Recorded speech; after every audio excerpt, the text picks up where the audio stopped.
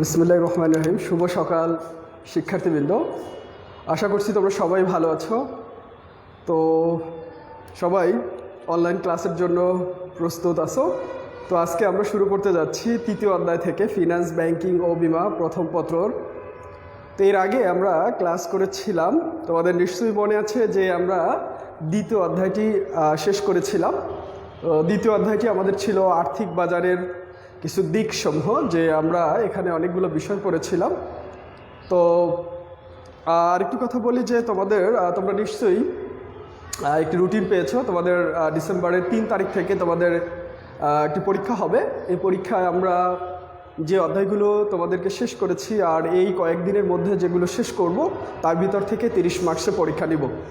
তো সেক্ষেত্রে মার্কস ডিস্ট্রিবিউশনটা আমি বলে দিচ্ছি যে আমাদের জ্ঞানমূলক 10টি কোশ্চেন থাকবে, আর অনুধাবন 5টি কোশ্চেন থাকবে এবং সৃজনশীল 1টি কোশ্চেন থাকবে। আর আমি ফিনান্স থেকে প্রথম, দ্বিতীয় এবং তৃতীয় এই 3টি অধ্যায় থেকে পরীক্ষা নিব। তো আজকে আমি প্রথম, দ্বিতীয় যেটা শেষ করেছি তার জন্য যে প্রথম পত্রের অর্থাৎ প্রথম অধ্যায়ে আমরা কিছু জ্ঞানমূলক কোশ্চেন তোমাদেরকে দিব। আজকে আমি লিখে দিব আর অনুধাবন কিছু কোশ্চেন দিব। এটাই সাজেশন, এটাই পরীক্ষার জন্য এবং তোমাদের জন্য অ্যাসাইনমেন্ট। কারণ তোমরা জানো যে অ্যাসাইনমেন্ট কিভাবে করতে হয় সেটা তোমরা নিশ্চয়ই এর আগের ক্লাসগুলোতে স্যাররা, ম্যাডামরা বলেছেন।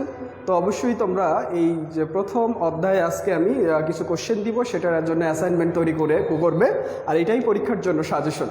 তো যাই হোক, আমি আমাদের আজকের নতুন ক্লাসটি আবার শুরু করতে যাচ্ছি। সেক্ষেত্রে আমি বলেছিলাম যে আজকে আমাদের একটা নতুন অধ্যায়, সেটা হচ্ছে অর্থের সময় মূল্য। তোমরা নিশ্চয়ই দেখতে পাচ্ছ যেখানে আমাদের বইয়ের তৃতীয় অধ্যায় অর্থের সময় মূল্য। এখানে হচ্ছে টাইম ভ্যালু অফ মানি, যেটাকে আমরা ইংলিশে বলি। তো দেখো, আমরা ফিনান্সের ক্ষেত্রে আমি বলেছিলাম ফার্স্ট পেপারে আমাদের 9টি অধ্যায় রয়েছে। তার ভিতরে 2টি অধ্যায় হচ্ছে থিওরি, যেটা আমরা শেষ করেছি ইতিমধ্যে, যে আমাদের ছিল প্রথম এবং দ্বিতীয় অধ্যায়। তো আমাদের তৃতীয় অধ্যায় থেকেই কিন্তু আমাদের ফিনান্সের ম্যাথ টার্মগুলো শুরু হতে যাচ্ছে। তো তোমরা নিশ্চয়ই বুঝতে পেরেছো যে তৃতীয় অধ্যায় আমাদের ফার্স্ট ম্যাথমেটিক্যাল টার্ম। তো ম্যাথমেটিক্যাল টার্ম জানার আগে আমি প্রত্যেক অধ্যায়ে তোমাদের থিওরিটিক্যাল কিছু আলোচনা সেগুলো করব। আর অর্থের সময় মূল্যটা খুবই ইম্পর্ট্যান্ট একটি চ্যাপ্টার, কারণ এটা তোমরা যারা কমার্সে ছিলা তারা 9-10-এও পড়ে আসছো, কিছুটা হলেও পরিচিত, আবার কিছু আমরা নতুন বিষয় এখানে জানতে পারবো। তো আর যারা সায়েন্স থেকে আসছো তাদের জন্য আসলে কিন্তু এটা নতুন। তো আমি এমনভাবে যে প্রেজেন্ট করব তোমাদের মাঝে, অবশ্যই তোমরা সবাই বুঝতে পারবে।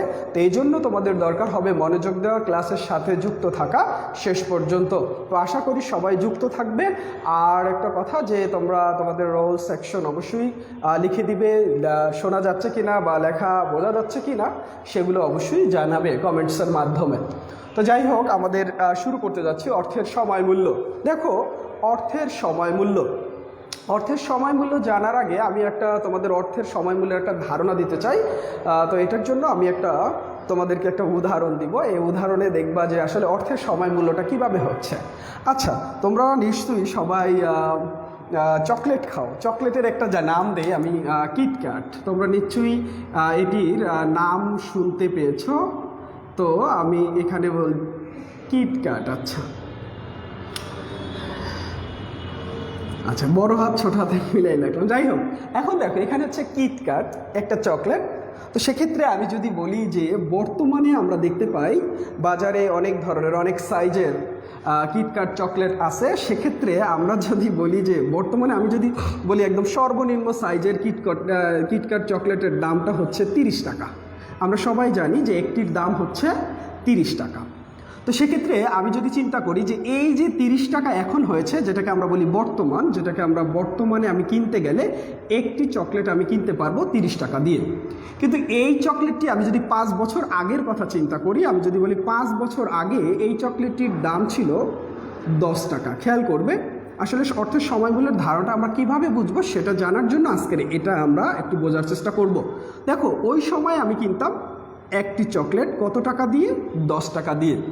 আর সেটি বর্তমানে অর্থাৎ আজকে কিনতে গেলে আমরা পাচ্ছি কত? 30 টাকা দিয়ে কিনতে হচ্ছে। এটা আরও আগের। তো এখন খেয়াল করবে, যদি বর্তমানে আমি এরকম চকলেট কিনতে চাই সেক্ষেত্রে আমাকে 30 টাকা খরচ করতে হচ্ছে, আর আগে যদি কিনতে চাইতাম 10 টাকা। তার মানে এই 10 টাকা আমি 30 টাকা দিয়ে কয়টি কিনতে পারতাম? আমি কিন্তু 3টি চকলেট কিনতে পারতাম। কিন্তু এখন আমার এই একটির পিছনে আমার খরচ করতে হচ্ছে কত টাকা? 30 টাকা।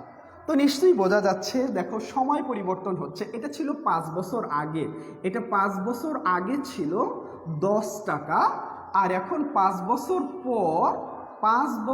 পর হচ্ছে আমাদের 30 টাকা হচ্ছে। তার মানে দেখো সময় পরিবর্তন হচ্ছে, সাথে সাথে অর্থের মূল্যেরও কি হচ্ছে? পরিবর্তন হচ্ছে। এই যে সময় পরিবর্তনের সাথে সাথে অর্থের মূল্যের যে পরিবর্তন হচ্ছে, এটা কি আমরা বলতে পারি অর্থের সময় মূল্যের ধারণা। তো তোমরা নিশ্চয়ই বুঝতে পেরেছো যে এই যে সময় পরিবর্তন হবে, সাথে সাথে অর্থের মূল্যেরও পরিবর্তন হবে, সেটাকে আমরা সহজে বলতে পারি অর্থের সময় মূল্য। যাই হোক, অর্থের সময় মূল্য তোমাদের পরীক্ষায় এসে থাকে, তো এই আসার জন্য আমি এটা তোমাদেরকে সংজ্ঞাটা লিখে দিচ্ছি যে অর্থের সময় মূল্য অবশ্যই তোমরা লিখে নিবে যে অর্থের সময় মূল্য বলতে কি বুঝি। তো আমরা অর্থের সময় মূল্য কাকে বলে লিখে দিচ্ছি। দেখো আমি লিখে দিচ্ছি যে সময় পরিবর্তনের সাথে সাথে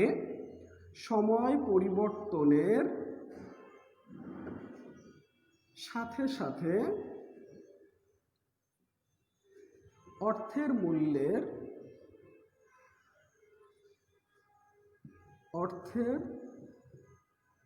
মূল্যের পরিবর্তনকে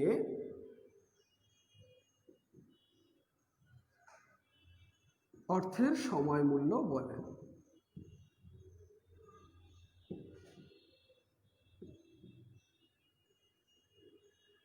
দেখো সময় পরিবর্তন হচ্ছে, সাথে সাথে অর্থের মূল্যেরও কি হচ্ছে? পরিবর্তন হচ্ছে। তাকে আমরা কি বলতে পারি? অর্থের সময় মূল্য বলতে পারি। আচ্ছা, দেখি তোমরা কারা কারা জয়েন করেছো। আমি এখানে দেখতে পাচ্ছি, দেখো এখানে অনেকেই জয়েন করেছো, নাম লিখছো, সালাম দিচ্ছ। তো ওয়ালাইকুম আসসালাম বলছি সবাইকে অনেক অনেক ধন্যবাদ সবাই অ্যাটেন্ড করার জন্য। তবে তোমরা আমার সাউন্ড শুনতে পাচ্ছ কিনা সেটা একটু লিখে জানাবে যে স্যার শুনতে পাচ্ছি, আর লেখা বোঝা যাচ্ছে কিনা সেটাও তোমরা অবশ্যই জানাবে, আর বুঝতে পারছো কিনা সেটাও জানাবে। তো দেখো অর্থের সময়গুলো আমি আবার সংজ্ঞাটা বলে দিচ্ছি। সময় পরিবর্তনের সাথে সাথে অর্থের মূল্যের পরিবর্তনকে অর্থের সময় মূল্য বলে। দেখো এই যে আমরা এখানে বলছি যে তোমার আমরা একটা উদাহরণ দিয়েছিলাম যে কিটক্যাট চকলেট বর্তমানে একদম ছোট যে সাইজটা, সেটা কিনতে গেলে আমাদের 30 টাকা খরচ করতে হচ্ছে। এর আগে যদি আমি 5 বছর আগের কথা যদি চিন্তা করি, সেক্ষেত্রে আমার কিনতে হয়েছিল মনে করো 10 টাকা দিয়ে আমি কিনেছিলাম। তো দেখো এই 5 বছরের মধ্যে অর্থের মূল্যটা কি বৃদ্ধি পাচ্ছে। তো এইটা হচ্ছে যে এই সময় পরিবর্তন হচ্ছে, সাথে সাথে অর্থের মূল্যেরও পরিবর্তন হচ্ছে। এটাই হচ্ছে আমাদের অর্থের সময় মূল্য। তো দেখো অর্থের সময় মূল্য আরেকটু খেয়াল করতে হবে যে আমি আরেকটা উদাহরণ দেই তোমাদের বইয়ে যে উদাহরণটা আছে যে আজকের 100 টাকা আগামী 1 বছর পরে ওই 100 টাকার সমান হবে না। অবশ্যই আজকের 100 টাকা হচ্ছে সবচেয়ে ইম্পর্ট্যান্ট। দেখো আজকে তোমাকে আমি যদি বলি তোমার বন্ধু তোমার কাছ থেকে 500 টাকা ধার নিয়েছে, সেক্ষেত্রে মানে এখানে বন্ধুর ক্ষেত্রে এটা মানা যায়, কিন্তু তুমি যদি ব্যবসায়ের ক্ষেত্রে চিন্তা করো সেক্ষেত্রে কিন্তু তোমাকে অন্যভাবে চিন্তা করতে হবে যে ব্যবসায়ের ক্ষেত্রে তোমার বন্ধুকে তুমি 500 টাকা ধার দিয়েছো, তো 1 বছর পর তোমাকে যদি 500 টাকা ফেরত দেয়, তাহলে ওই যে আগে তুমি 500 টাকা দিয়েছিলা আর এখন যে তোমাকে ফেরত দিচ্ছে এই 500 টাকার সাথে কি এটা আসলে কি মানে সমান হয় না। কারণ এই বর্তমানে ওই 500 টাকা দিয়ে তুমি অনেক কিছু করতে পারতে, কিন্তু 1 বছর বা 5 বছর পর যখন তুমি পাবে তখন ওই 500 টাকা দিয়ে করতে গেলে তোমাকে আরও বেশি টাকা খরচ করতে হবে। তার মানে এটাই হচ্ছে অর্থের সময় মূল্যের মূল ধারণা। অর্থাৎ আমরা বুঝতে পারলাম যে আজকের 100 টাকা অবশ্যই ভবিষ্যতে 100 টাকার বেশি হবে, 105 টাকা 110 টাকা এভাবে হবে। তো এটা আমরা এর প্রয়োগটা আমরা হচ্ছে ব্যবসায়ের ক্ষেত্রে দেখতে পাই। তখন যখন তুমি ব্যাংক থেকে লোন নিবে সেক্ষেত্রেও কিন্তু আমরা অর্থের সময় মূল্যের কথা চিন্তা করি। যে কোনো জায়গায় তুমি বিনিয়োগ করবে সেক্ষেত্রেও কিন্তু এটি অর্থের সময় মূল্যের কথা চিন্তা করতে হবে। যদি আমরা বলি যে আমাদের ফিনান্সের ক্ষেত্রে অর্থের সময় মূল্য খুবই একটি ইম্পর্ট্যান্ট একটি বিষয়, কেন ইম্পর্টেন্ট বিষয় আমি বলছি, কারণ হচ্ছে আমাদের সব যতগুলো সিদ্ধান্ত নিতে হয় এই সিদ্ধান্তের মধ্যে অর্থের সময়মূল্যকে বিবেচনা করা হয়। যেমন আমি যদি বলি যে এরপরে আমরা যে অঙ্কগুলো করব, দেখো মূলধন বাজেটিং যখন করতে যাব, ঝুঁকি ও অনিশ্চয়তা যখন আমরা নিরূপণ করতে যাব, এবং হচ্ছে যে কোনো মূলধন বাজেটিং বলছি, তারপর হচ্ছে মূলধন ব্যয় নির্ণয় করব, সেক্ষেত্রে কিন্তু আমরা এই অর্থের সময়মূল্যকে বেশি বিবেচনা করব। তো এই অর্থের সময়মূল্য যদি বিবেচনা না করে তাহলে যে কোনো প্রতিষ্ঠানের একজন আর্থিক ব্যবস্থাপক তিনি কিন্তু সঠিক সিদ্ধান্ত নিতে পারবেন না। যদি এই অর্থের সময়মূল্য সে সঠিকভাবে বিবেচনা করেন তাহলে কিন্তু সে যে কোনো সিদ্ধান্ত সঠিকভাবে গ্রহণ করতে পারবেন। তো এটাই হচ্ছে আমরা অর্থের সময়মূল্যের ধারণাটা আমরা বুঝলাম। তো নিশ্চয়ই তোমরা এই অর্থের সময়মূল্যটা ধারণাটা বুঝতে পেরেছ। তো এরপরে আমরা আরেকটা টপিকস আলোচনা করব যে অর্থের সময়মূল্য। দেখো আমি একটা উদাহরণ দিচ্ছি তোমাদেরকে, খুবই সুন্দর একটা উদাহরণ, যেটা তোমরা দেখলে অবশ্যই বুঝতে পারবে। আচ্ছা দেখো, তোমাকে দুটি অপশন দিল। কি দিল? মনে করো তোমাকেই বললো তোমাকে দুটি অপশন দেওয়া হলো, দুটি অপশন। তো দুটি অপশন অর্থাৎ দুটি প্রকল্প তোমাকে সিলেক্ট করতে বলল। একটি প্রকল্প এ আরেকটি প্রকল্প বি। খেয়াল করবে, একটি প্রকল্প এ আর একটা প্রকল্প বি। আচ্ছা, এ প্রকল্প থেকে তুমি বর্তমানে পাচ্ছ 10,000 টাকা। খেয়াল করবে, বর্তমানে তুমি পাচ্ছ 10,000 টাকা, বর্তমানে তুমি পাচ্ছ 10,000 টাকা। বি প্রকল্প থেকে তুমি 2 বছর পর পাচ্ছ 10,000 টাকা। খেয়াল করবে, আমি আবারও বলছি, দুটি অপশন তোমাকে চুজ করতে বলবে, সেক্ষেত্রে তুমি কোন অপশনকে চুজ করবে? দুটি অপশন তোমার হাতে আছে, তার ভিতরে তুমি কোনটি চুজ করবে? এক্ষেত্রে তুমি যেটি খেয়াল করবে, ফার্স্ট যে এ অর্থাৎ এ প্রকল্প থেকে আমি বর্তমানে পাচ্ছি 10,000 টাকা, 2 বছর পর আমি বি প্রকল্প থেকে পাচ্ছি 10,000 টাকা। আচ্ছা, তো এখন তুমি কোন প্রকল্পটি চুজ করবে? এটা সাধারণ সেন্সে আমরা বলতে পারি যে আসলে কোন প্রকল্পটি আমার কি করা উচিত, সিলেক্ট করা উচিত। কোনটা হবে বলো তো? আমরা সহজেই বুঝতে পারি, সবাই বুঝতে পারবে। এই যে দেখো, বর্তমানে আমি 10,000 টাকা পাচ্ছি, এটাই আমার কি পছন্দ করতে হবে। আর যদি 2 বছর পর 10,000 টাকা পাই, সে টাকা কি সেমই তো হচ্ছে, তার মানে আমি বর্তমানে যেটা পাচ্ছি সেটাই কি আমার কাছে ইম্পর্টেন্স। অর্থাৎ অর্থের সময়মূল্যের ক্ষেত্রে বর্তমান মূল্যকে বেশি প্রাধান্য দেওয়া হয়। এটা বোঝানোর জন্য তোমাদেরকে এই দুটি অপশন আমি দিয়েছি, যে বর্তমান মূল্যের ক্ষেত্রে বা অর্থের সময়মূল্যের ক্ষেত্রে কোন মূল্যকে বেশি প্রাধান্য দেওয়া হয়, এটাও কিন্তু একটা কোশ্চেন। কারণ বর্তমানকে বেশি প্রাধান্য দেওয়া হয়। এই যে আমি বর্তমানকে বেশি প্রাধান্য দিচ্ছি, এটাকে বলে অর্থের সময়মূল্যের পছন্দনীয়তা তত্ত্ব বা অর্থের সময়মূল্য পছন্দ। আমি এটাকে কি বলা হয়, যে ভবিষ্যতের চেয়ে বর্তমানকে বেশি প্রাধান্য দেওয়া হয় অর্থের সময়মূল্যের ক্ষেত্রে। সেক্ষেত্রে এটার নাম হচ্ছে অর্থের সময়মূল্যের পছন্দ তত্ত্ব। অর্থের সময়মূল্যের পছন্দ তত্ত্ব, পছন্দনীয়তা বা পছন্দ তত্ত্ব। তো এখন যদি তোমাকে বলে অর্থের সময়মূল্যের পছন্দ তত্ত্ব কি, আসলে কি আমরা এটা বুঝতে পারবো? হ্যাঁ, নিশ্চয়ই বুঝতে পারবো যে অর্থের সময়মূল্য, যেমন বর্তমানকে আমরা বেশি প্রাধান্য দিই। বর্তমানেও আমি 10,000 টাকা পাচ্ছি, 2 বছর পরও 10,000 টাকা পাচ্ছি, সেক্ষেত্রে আমার তো আর লাভ হচ্ছে না। অর্থাৎ এখানে যদি তোমাকে বলতো যে 2 বছর পর আমি আরও বেশি টাকা পাবো, সেক্ষেত্রে কিন্তু আমি বিটাকে আমি কি করতাম, অ্যাকসেপ্ট করতাম। তো এখানে সবসময় চিন্তা করা হয় বর্তমানকে বেশি আমরা প্রাধান্য দেই। এই বর্তমানকে প্রাধান্য দেওয়ার কারণেই আমরা অর্থের সময়মূল্যকে বেশি পছন্দ করি। তো এটা কেন করা হয়, বর্তমান মূল্যকে বেশি গুরুত্ব দেওয়া হয় কেন, সেটার কারণ কি, সেটি কিন্তু আমরা আজকে দেখব। যে অর্থের সময়মূল্যের ক্ষেত্রে আমরা যে বর্তমান মূল্যকে বেশি প্রাধান্য দেই, সেটা আমরা আজকে দেখব। তো যাই হোক, আমরা চলে আসি। তা তোমরা সবাই অনেকেই অ্যান্সার করছো যে তো সবাই অ্যান্সার করছে। গুড, থ্যাংক ইউ, তোমাদেরকে সবাইকে ধন্যবাদ। এখানে যারা যারা অ্যাটেন্ড করছো তাদেরকে অনেক অনেক শুভেচ্ছা এবং অভিনন্দন জানাচ্ছি। তো এখন আজকে আমরা আরেকটা টপিকস যেটা তোমাদের আলোচনা করব। তোমরা নিশ্চয়ই অর্থের সময় পছন্দ কেন, অর্থের সময় মূল্যকে আমরা বেশি অগ্রাধিকার দিব কেন, অর্থের সময় অগ্রাধিকারের কারণ। দেখো, আমাদের টপিকসটা আজকে হচ্ছে অর্থের সময় অগ্রাধিকারের কারণ। অর্থের সময় অগ্রাধিকারের কারণ।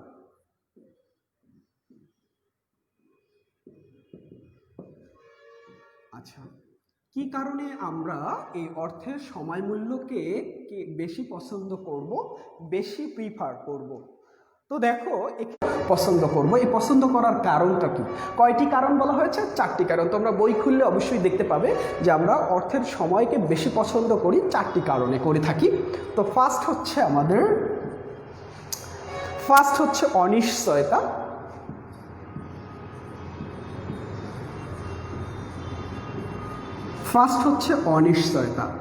খেয়াল করবে, অনিশ্চয়তা আমরা যদি ইংলিশে বলি একটু, এটা তোমরা নিশ্চয়ই ইংলিশ ইয়াটা জানো যে অনিশ্চয়তা বলতে আমরা কি বুঝি। অনিশ্চয়তা বলতে আমরা বুঝে থাকি আনসার্টেনটি। তো আমরা আবারও বলছি আনসার্টেনটি মানে অনিশ্চয়তা মানে এরকম যে কোনো ঘটনা ঘটতে পারে, নাও ঘটতে পারে, এমন অবস্থাকে আমরা বলতে পারি অনিশ্চয়তা। আর আমরা যদি ফিনান্সের ভাষায় বলি যে অনিশ্চয়তা, যেমন আমাদের একটি চ্যাপ্টারই আছে ঝুঁকি ও অনিশ্চয়তা। তো এক্ষেত্রে আমরা বলবো যে এরকম যে ভবিষ্যৎ সবসময় কি অনিশ্চিত। তো এই ভবিষ্যৎ অনিশ্চয়তার কারণেই কিন্তু আমরা বর্তমানকে কি করব, বেশি প্রাধান্য দিব। আমাদের টপিকসটি হচ্ছে অর্থের সময় মূল্যকে আমরা বেশি পছন্দ করি কেন, এই জন্য আমরা বর্তমানকে বেশি প্রাধান্য দিই কেন, কারণ ভবিষ্যৎ সবসময় কি অনিশ্চিত। এই যে দেখো, তুমি ভবিষ্যতে টাকা পাবে, অর্থাৎ তোমার বর্তমানে 10,000 টাকা আছে, ভবিষ্যতে তুমি আরও অর্থাৎ 10,500 টাকা পাবে। তো এটার জন্য কিন্তু আমি সবসময় কি বর্তমানকে বেশি প্রাধান্য দেব, কারণ ভবিষ্যৎ সবসময় অনিশ্চিত। অর্থাৎ ভবিষ্যতে আমি পেতেও পারি, আবার নাও পারি। অর্থাৎ ভবিষ্যতে আমি মারাও যেতে পারি, সেটাও তো হতে পারে না? অবশ্যই পারে। সেক্ষেত্রে কিন্তু আমরা বর্তমান মূল্যকেই কী করব, বেশি প্রাধান্য দিই। এই জন্য ফিনান্সের ভাষায় আমরা যদি বলি যে অর্থের সময় মূল্যটা খুবই ইম্পর্ট্যান্ট একটি বিষয়। যে কোনো সিদ্ধান্তের ক্ষেত্রে অর্থের সময় মূল্যকে বেশি বিবেচনা করা হয়ে থাকে। এই অনিশ্চয়তার কারণেই আমরা অর্থের সময় মূল্যকে কী করব, বেশি পছন্দ করব। সবাই কি বুঝতে পেরেছ যে অনিশ্চয়তা কি? ভবিষ্যৎ সবসময় কি অনিশ্চিত। আমি পেতেও পারি, নাও পেতে পারি, আমি অসুস্থ হয়ে যেতে পারি, এখন আমার টাকা দরকার, তো এই টাকা দিয়ে আমি অনেক কিছু করতে পারবো, বাট আমাকে যদি 5 বছর পর 2 বছর পরে টাকা দেওয়া হয়, সেক্ষেত্রে আমার ওই সময় টাকা বেশিও থাকতে পারে, আবার আমার সমস্যাও থাকতে পারে, আমি মারাও যেতে পারি। সেক্ষেত্রে এই অনিশ্চয়তার কারণে আমরা বর্তমান মূল্যকে কি করব, বেশি প্রাধান্য দিব। তো নিশ্চয়ই তোমরা বুঝতে পেরেছ। ওকে, এরপরে আমরা চলে আসি আরেকটি কারণে আমরা চলে আসব। দেখো, নেক্সট আরেকটি কারণ হচ্ছে ভোগ অগ্রাধিকার।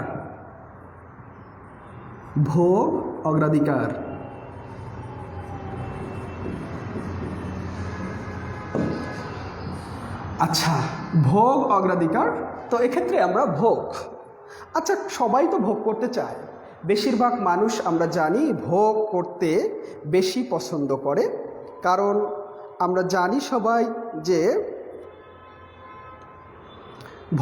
ভোগে দেখো, আমরা এখানে ভোগের অগ্রাধিকারটা আমরা একটু দেখব। বেশিরভাগ মানুষ ভবিষ্যতে কোনো দ্রব্য বা সেবা ভোগ অপেক্ষা বর্তমান ভোগকে বেশি প্রাধান্য দেয়। প্রত্যেকটা মানুষই কিন্তু, সেটা তুমি হও, আমি হই, সবাই কিন্তু বর্তমান ভোগকে বেশি প্রাধান্য দেয়। অর্থাৎ এটা আমাদের মানে কি বলবো, যে প্রত্যেকটা মানুষেরই এটা একটা অভ্যাসে পরিণত হয়ে গেছে। অর্থাৎ বর্তমানকে বেশি প্রিফার করে, বর্তমানকে বেশি গুরুত্ব দেয়। এই জন্য বর্তমান ভোগকে আমরা বেশি গুরুত্ব দিয়ে থাকি। তো সেক্ষেত্রে ভোগ অগ্রাধিকারের ক্ষেত্রে আমরা যদি চিন্তা করি, সেক্ষেত্রে কিন্তু অর্থের সময় মূল্যকে চিন্তা করা হয়, অর্থাৎ বর্তমান মূল্যকে বেশি গুরুত্ব দেওয়া হয়। দেখো, এখানে একটা উদাহরণ যদি আমি দেই, যে তোমরা অনেক সময় ঈদের সময়, যে ঈদ বা কোরবানির ঈদ বা রোজার ঈদ, এক্ষেত্রে তোমাদেরকে স্যালামি দেওয়া হয়, মা বাবা দিয়ে থাকেন বা বড় ভাই বোন থাকলে তারাও দিয়ে থাকেন। তো সেক্ষেত্রে যদি তোমাকে বলে, তোমাকে এইবার আমি ঈদের স্যালামি দিব না, তো তুমি কিন্তু, তোমাকে যদি বলে যে এইবার স্যালামি না দিয়ে আমি 1 বছর পর দিই, তার মানে ওই 1 বছর পর তোমাকে ওই বছরেরটা দিচ্ছে, কিন্তু ওই বছর অর্থাৎ 2 বছরেরটা একসাথে দিচ্ছে না। সেক্ষেত্রে তুমি কিন্তু, ওটা সাধারণ সেন্সে আমি বলছি, যে তো সেক্ষেত্রে তুমি কি করবে, তুমি ওই যে বছর ঈদ সেই বছরের টাকাটাই তুমি নিতে চাইবে, কারণ তুমি বর্তমান ভোগকে বেশি প্রাধান্য দাও। তো বর্তমানেই তুমি ওই টাকাটা কি পেতে চাচ্ছ। সেক্ষেত্রে আমি ভোগের ক্ষেত্রে, সাধারণভাবে আমি বললাম যে ভোগের ক্ষেত্রে আমরা বর্তমানকে কী করি, বেশি প্রাধান্য দিই। অর্থাৎ তোমাকে যদি বলা হয় এখন যে তোমার এখন ক্ষুধা পেয়েছে, সেটা যদি তুমি বলো যে আমি আগামীকালকে খাবো, তো আগামীকালকে ক্ষুধা নাও লাগতে পারে বা সেটা হতেও পারে যে আর বর্তমানকেই তুমি বেশি প্রাধান্য দেবে, কারণ বর্তমানে আমার খাওয়া দরকার, আমার বর্তমানে ক্ষুধা পেয়েছে, ঠিক আছে। তো আমরা বর্তমান ভোগকে কি বেশি প্রাধান্য দিয়ে থাকি, এজন্য কিন্তু অর্থের সময় মূল্য এটার ক্ষেত্রে আমরা বেশি পছন্দ করে থাকি, বর্তমানকে বেশি প্রাধান্য থাকি। তো ভোগের ক্ষেত্রেও ঠিক তেমনি। তো আশা করছি সবাই বুঝতে পেরেছ যে ভোগ অগ্রাধিকার, আমরা ভোগ করতে অভ্যস্ত, এই জন্য আমরা বর্তমানকে বেশি গুরুত্ব দিয়ে থাকি।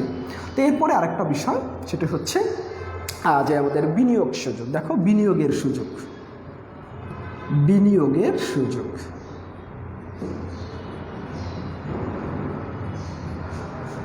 তো বিনিয়োগের সুযোগ আমরা একটু দেখব, যেটাকে আমরা ইংলিশে যদি তোমার ইনভেস্টমেন্ট অপরচুনিটিস, ইনভেস্টমেন্ট অপরচুনিটিস অর্থাৎ বিনিয়োগের সুযোগ। আচ্ছা, তো বিনিয়োগের সুযোগের ক্ষেত্রে আমাদের একটু খেয়াল করতে হবে যে বিনিয়োগটা কি আসলে কোনো প্রকল্পে অর্থ খাটানো, কোনো প্রকল্পে অর্থ খাটানো, অর্থাৎ তুমি একটা বিজনেস করতেছো, এই বিজনেসে যে অর্থটা খাটাচ্ছ সেটাই হচ্ছে তোমার জন্য বিনিয়োগ। আমরা বিনিয়োগ জিনিসটা সবাই বুঝতে পেরেছি। তো বিনিয়োগ, এখন এই বিনিয়োগের সুযোগ সৃষ্টি হয় বা বিনিয়োগের সুযোগ সৃষ্টি করতে আমরা কিন্তু অর্থের সময় মূল্যকে বেশি গুরুত্ব দিই বা বর্তমান মূল্যকে বেশি গুরুত্ব দিই। দেখো তোমাকে যদি বলা হয় এক্ষেত্রে বিনিয়োগ করবো, আমি ব্যাংকে টাকা রাখবো, সেটাও কিন্তু আমার বিনিয়োগ। তো দেখো আমি ব্যাংকে টাকা রাখবো, আমি ব্যাংকে 10,000 টাকা জমা করলাম। খেয়াল করবে সবাই, ব্যাংকে আমি টাকা রাখছি, কত টাকা, আমি 10,000 টাকা ব্যাংকে জমা রাখলাম।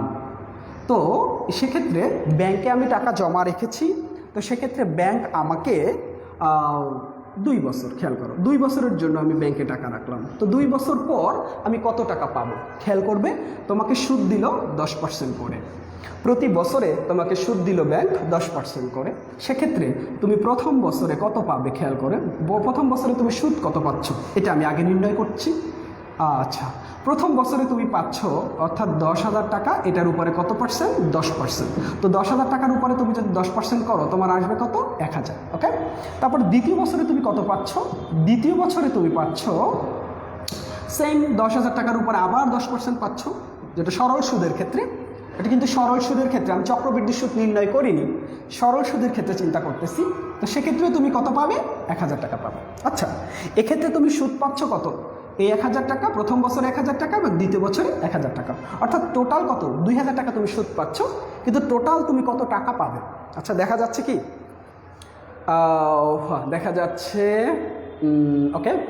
তো আমরা এরপরে দেখো এখানে 2,000 টাকা, অর্থাৎ 2,000 টাকা তুমি সুদ পাচ্ছ, আর টোটাল যদি টাকা বলি, টোটাল টাকার ক্ষেত্রে তুমি কত পাচ্ছ, খেয়াল করো, টোটাল টাকা আমি যদি বলি তাহলে 2,000 আর আগে 10,000, তাহলে কত হলো, 12,000, অর্থাৎ টোটাল তুমি টাকা পাচ্ছ কত, 12,000 টাকা। তো এখানে 2 বছর টাকা জমা রেখে তুমি কি করলে, কত টাকা পেলে, 12,000 টাকা পেলে। সেক্ষেত্রে দেখো, তোমার যদি এই বর্তমানে তুমি এই টাকাটা জমা না রাখতে, সেক্ষেত্রে কিন্তু তুমি এই 12,000 টাকা পেতে না।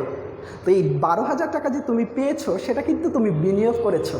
এই যে বর্তমানে তোমার কাছে টাকা আছে, এখন তোমাকে বললো যে কোনো ব্যক্তি বললো এই 10,000 টাকা আমাকে দাও, তো সে বলল আপনাকে 1 বছর পর বা 2 বছর পরে সে তোমাকে টাকাটা ফেরত দিবে।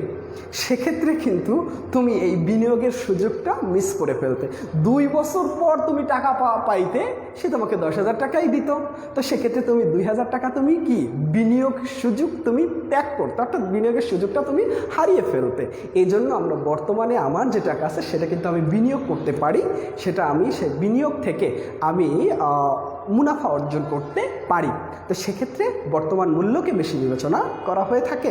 তো এই জন্য আমরা বিনিয়োগের সুযোগ, এই বিনিয়োগের সুযোগ সৃষ্টির জন্যই আমরা অর্থের সময় মূল্যকে গুরুত্ব দিয়ে থাকি বা পছন্দ করে থাকি। তো নিশ্চয়ই তোমরা বিনিয়োগ কিভাবে করতে হয়, কীভাবে লাভ হবে, সেক্ষেত্রে আমরা যে অর্থের সময় মূল্যের কথা চিন্তা করি, সেটা তোমরা নিশ্চয়ই বুঝতে পেরেছ। তো বিনিয়োগের সুযোগ গেল, এরপর আরেকটা আছে বিষয়, সেটা হচ্ছে মুদ্রাস্ফীতি। খুবই ইম্পর্টেন্ট আরেকটি কোয়েশ্চেন, যেটা হচ্ছে মুদ্রাস্ফীতি। তো আমি একটু তোমাদের এগুলো মুছে ফেললাম। তোমরা নিশ্চয়ই দেখতে পেয়েছো, বা এখন এই যে আরেকটু কথা তোমাদেরকে বলেই নেই, আসলে তোমাদের যে পরীক্ষা এরপরে আসবে, এই যেগুলো আমরা এই ক্লাসে আলোচনা করি সেগুলো দিয়ে কিন্তু তোমাদের পরীক্ষা আসবে। সেজন্য তোমরা যারা ফেসবুক, যারা এখানে লাইনে আসো, তারা তো নিজেরা অনেকে ফেসবুক চালাও, সেক্ষেত্রে আমাদের এই যে ক্লাসগুলো তোমাদের আইডিতে শেয়ার করে রাখতে পারো, না হয় পরবর্তীতে তোমার খুঁজতে খুঁজতে, কারণ আমাদের তো অনেকগুলো ক্লাস হয়, তো খুঁজতে খুঁজতে তুমি নাও পেতে পারো। সেজন্য তোমরা সুবিধার্থে তোমাদের আইডিতে শেয়ার করে রাখলে তুমি সহজেই খুঁজে পেতে পারবে। তো যাই হোক, তোমরা এটি করবে। তো এরপরে আরেকটি বিষয় যেটা আমরা আরেকটা কারণ, সেটা হচ্ছে মুদ্রাস্ফীতি। খেয়াল করবে। তো আমি এগুলো মুছে ফেলবো, কারণ মুদ্রাস্ফীতি আমাদের জন্য খুবই ইম্পর্ট্যান্ট, এটা আমাদের একটু বুঝতে হবে ভালো করে। তো একটু খেয়াল করো, মুদ্রাস্ফীতি, এটা দিয়ে পরীক্ষায় প্রশ্ন আসে। মুদ্রাস্ফীতি, মুদ্রাস্ফীতি বানানটা অবশ্যই সবাই খেয়াল করবে। মুদ্রাস্ফীতি, তো এটাকে আমরা যদি বলি ইনফ্লেশন, অর্থাৎ এই শব্দটা আমরা অনেক ক্ষেত্রে শুনতে পাই। ইনফ্লেশন, তো ইনফ্লেশনের বাংলা হচ্ছে মুদ্রাস্ফীতি। তো একটু খেয়াল করো, মুদ্রাস্ফীতি বলতে কি বুঝি সেটা আমাকে জানতে হবে। তো তোমরা অনেকেই যদি কোনো খবর দেখে থাকো বা আমাদের অর্থনৈতিক বিষয় নিয়ে আলাপ আলোচনা শুনে থাকো, সেক্ষেত্রে এই ওয়ার্ডটি তোমরা শুনতে পাবে, মুদ্রাস্ফীতি, যেটাকে আমরা বলি ইনফ্লেশন। তো মুদ্রাস্ফীতি মানে কি সেটা আমাকে বুঝতে হবে। এই যে দ্রব্য মূল্যের ঊর্ধ্বগতি, দ্রব্য মূল্যের ঊর্ধ্বগতিকে আমরা সাধারণভাবে বলে থাকি কি মুদ্রাস্ফীতি।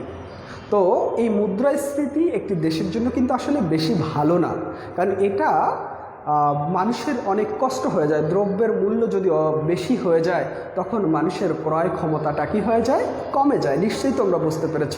দেখা যাচ্ছে দাম অনেক, তখন কিন্তু তুমি কিনবে না, যখন দামটি কমে যাবে তখন কিন্তু সকল মানুষ ক্রয় করবে, অর্থাৎ মানুষের ক্রয় ক্ষমতাটা তখন বৃদ্ধি পাবে যখন দাম কমে যাবে। আর দাম যখন বেশি হবে তখন ক্রয় ক্ষমতা মানুষের হ্রাস পাবে। তো আমি এটার সংজ্ঞাটা লিখে দিচ্ছি। দ্রব্য বা সেবার, দ্রব্য বা সেবার মূল্যের, দ্রব্য বা সেবার মূল্যের ঊর্ধ্বগতিকে, আচ্ছা ঊর্ধ্বগতি মানে বেশি, বৃদ্ধি, বেশি। আমি যদি এখানে সহজভাবে আরও লেখা যায়, দ্রব্য বা সেবার মূল্যের বৃদ্ধিকে, দ্রব্য বা সেবার মূল্যের ঊর্ধ্বগতিকে মুদ্রাস্ফীতি বলে, মুদ্রাস্ফীতি বলে। তো এখান থেকে তোমাদের একটা পরীক্ষায় কোশ্চেন আসে যে মুদ্রাস্ফীতির কারণে মানুষের ক্রয় ক্ষমতা হ্রাস পায় না বৃদ্ধি পায়। তোমরা সহজেই অ্যান্সার করতে পারবে যে মানুষের ক্রয় ক্ষমতা, অর্থাৎ এই যে ক্রয়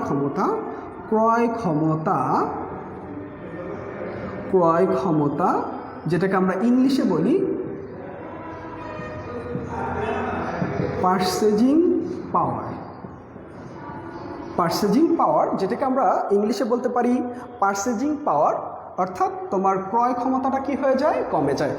মুদ্রাস্ফীতি মানে দ্রব্যের মূল্য বৃদ্ধি পায় আর দ্রব্যের যোগান কমে যায়। দ্রব্যের মূল্যর বৃদ্ধি পায়, দ্রব্যের যোগান কমে যায়। এটা কিন্তু অর্থনীতিতে বিশাল ভূমিকা রাখে।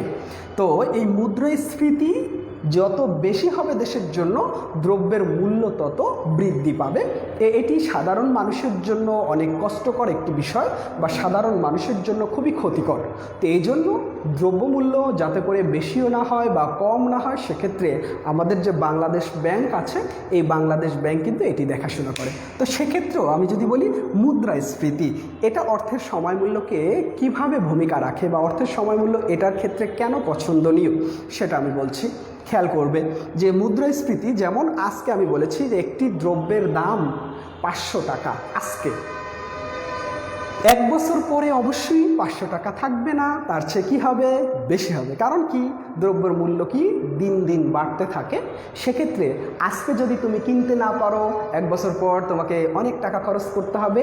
এজন্য তুমি অর্থের সময় মূল্যকে বিবেচনা করবে, কারণ যে কোনো সময় দাম বেড়ে যেতে পারে, এই জন্য তুমি আগেই কিনে রাখবে। এক্ষেত্রেও কিন্তু আমরা এই মুদ্রাস্ফীতির ক্ষেত্রেও আমরা অর্থের সময় মূল্যকে কী করতে পারি, বিবেচনা করতে পারি, বা অর্থের সময় মূল্যকে অনেক গুরুত্ব দিব। তো এই 4টি কারণ খেয়াল করবে, অর্থের সময় মূল্য পছন্দের 4টি কারণ। আমি 4টি কারণ আবার বলছি তোমাদেরকে।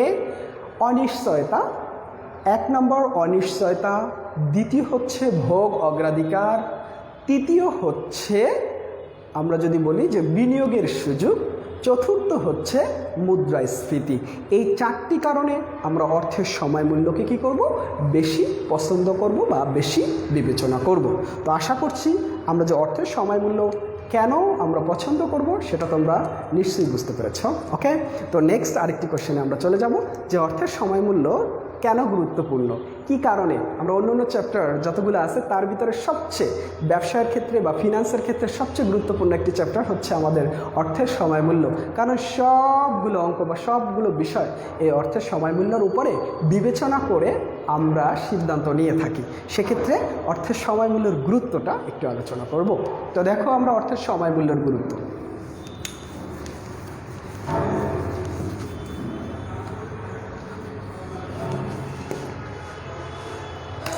তো অর্থের সময় মূল্যের গুরুত্ব,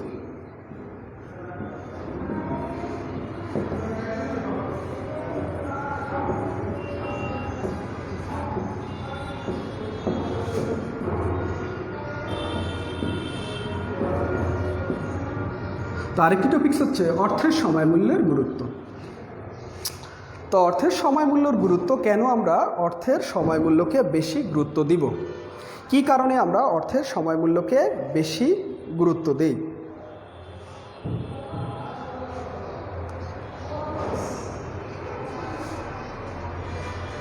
আচ্ছা, তো অর্থের সময় মূল্যের গুরুত্ব ফার্স্ট আমরা যেটি দিব অর্থের সময় মূল্য। এখন দেখো প্রত্যেকটি প্রতিষ্ঠানে একজন আর্থিক ব্যবস্থাপক থাকেন, তিনি কিন্তু অর্থের সময় মূল্যের উপরে ভিত্তি করে এই সকল সিদ্ধান্ত গ্রহণ করে থাকেন।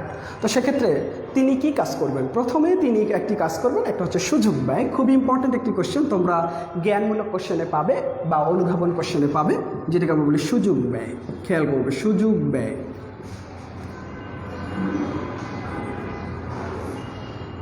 সুযোগ ব্যয়। আচ্ছা, সুযোগ ব্যয়কে আমরা ইংলিশে কি বলতে পারি, যেটাকে আমরা বলি অপরচুনিটি কস্ট। তো সুযোগ ব্যয় আমরা একটু ধারণাটা জেনে নিব যে সুযোগ ব্যয় কাকে বলে।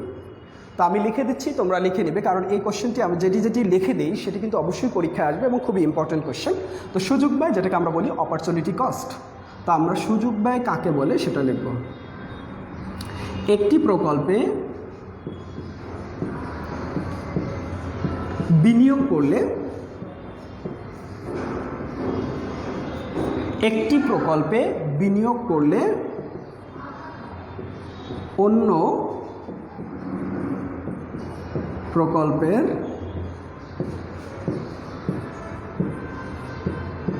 বিনিয়োগ ত্যাগ করতে হয়।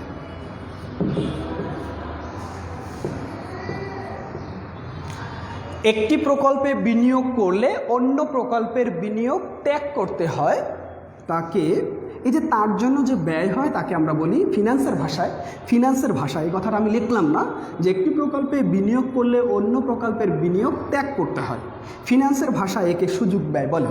তো হয় তাকেই সুযোগ ব্যয় বলে। আচ্ছা, এখন আসো সুযোগ ব্যয়ের আমরা একটা উদাহরণ দিব তোমাদের যাতে বুঝতে সুবিধা হয়। তো লেখা বোঝা যাচ্ছে কি না দেখো, লেখা করতে হয়, হ্যাঁ। তো এখন দেখো সুযোগ ব্যয়, একটি প্রকল্পে বিনিয়োগ করলে অন্য প্রকল্পের বিনিয়োগ কী করতে হয়, ত্যাগ করতে হয়। আমরা তাকেই কি বলি, ফিনান্সের ভাষায় তাকে সুযোগ ব্যয় বলে। সাপোজ একটা উদাহরণ, খুবই সুন্দর একটা উদাহরণ দেখবে, উদাহরণটা আমি তোমাদেরকে এখানে লিখে দিচ্ছি, আমি এগুলো মুছে ফেলছি।